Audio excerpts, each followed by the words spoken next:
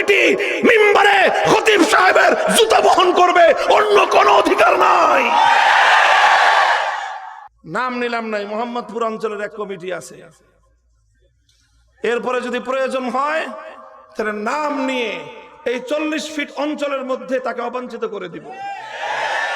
আলেম ওলামাদের আভ্যন্তরীণ বিষয়ে 2 পয়সার মালিক হয়ে এসে মধ্যখানে তোমরা দখলদারি করো। আলেম ওলামাদের মীমাংসার বিষয়কে সুন্দর উদ্যোগগুলোকে তোমরা মধ্যখানে অন্তরায় হয়ে বাধা দেওয়ার চেষ্টা করো। 1 দিন 2 দিন 3 দিন, কিন্তু হুজুরের সাহস ছিল সেরকম। কোন একদিন কোন এক কারণে মসজিদের কেউ একজন আইসা হুজুরের বয়ান চলাকালীন সময় একটা কিছু বলছে, তো হুজুর ধমক দিয়ে উঠছেন। পাশ থেকে আরেকজন হুজুর কমিটি বুঝেন নাই কথা, যে মসজিদের মিম্বারে খতিব বয়ান দিতেছে আর এক বেটা মাঝখান থেকে কথা বলছে বলে হুজুর ধমক দিছে, আরেকজন পরিচয় দেয় কি কমিটি। হুজুর বলছেন কমিটি কি জিনিসের নাম? খতিব সাহেবের সামনে